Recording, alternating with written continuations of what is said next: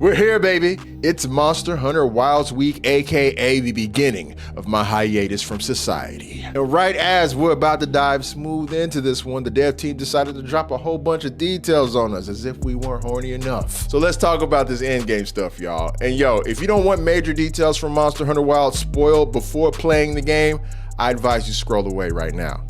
Okay?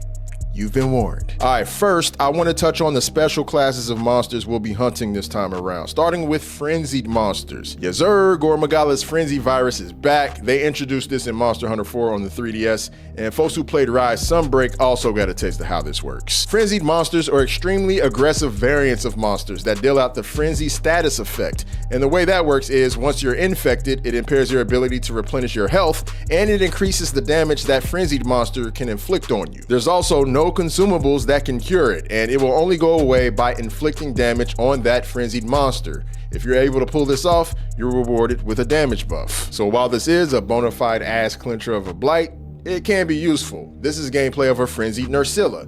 So for the first time since 4 and 4 Ultimate, the virus can actually jump from Gore Magala to other monsters. Monster Hunter World players will be familiar with tempered monsters. They're back in the game. These are more aggressive versions of high-ranked monsters that possess more HP and deal more damage. You won't get access to these until after you beat the main story, and you'll find these by exploring the map, spotting them, and triggering what is called an investigation. Completing these investigations yields some of the game's most valuable rewards. You can score some of the game's best decorations.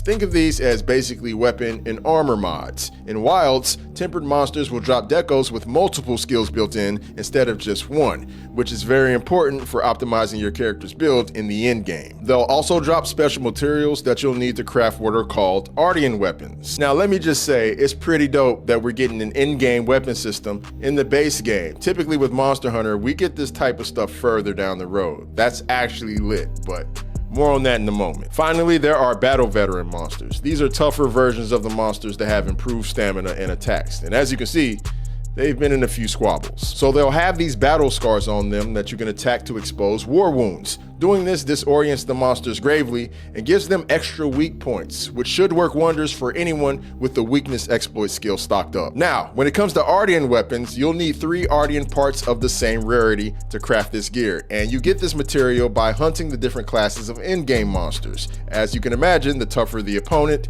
the higher rarity of the component. You take these 3 very rare parts to the alchemy facility at your base camp, which seems to be like the Elder Melder of this game, and there you can craft Ardian weapons, which as of now, we don't know the extent of their power, but many are guessing these will be augmentable weapons, a system similar to the Safi weapons from Iceborne or the Querco augments in Sunbreak. So the good news here, ladies and gentlemen, is that Monster Hunter Wilds is going to have a solid end game and viable reasons to play it way after the credits roll. Like I said earlier, a lot of these in-game systems weren't introduced into the expansion with the last couple of Monster Hunter games. It's legit as fuck that we're getting it in the base game, and not to mention we'll still be getting weekly quests, event quests, and other title updates sprinkled on top of all this. Another thing the devs decided to share ahead of launch day was a first look at possibly just one of the arenas we'll be fighting monsters in. I believe they said it's called The Field. My translation of that may be off, but again, if you play Monster Hunter 4U, there's some serious nostalgia here. It has one of those mid-stage gates that comes in super handy when fighting multiple monsters simultaneously. Just don't trap one of your teammates on the other side with like a tempered Ajaricon. That happened to me so many times in Rise. Definitely looking forward to shooting some fair ones in this arena. But yeah, guys, I cannot believe we are just a few days away. If you're new to Monster Hunter and you want to learn about this game, hit the like, the follow, the sub. It's my goal to help you get acclimated to this hunter life. And if you're a veteran of the series, you already know what it is. Let's get some hunts in. The new meta Discord's up and running for anyone who wants to inquire about the Hunters Guild. And everyone, hold on. We're almost there. We got this.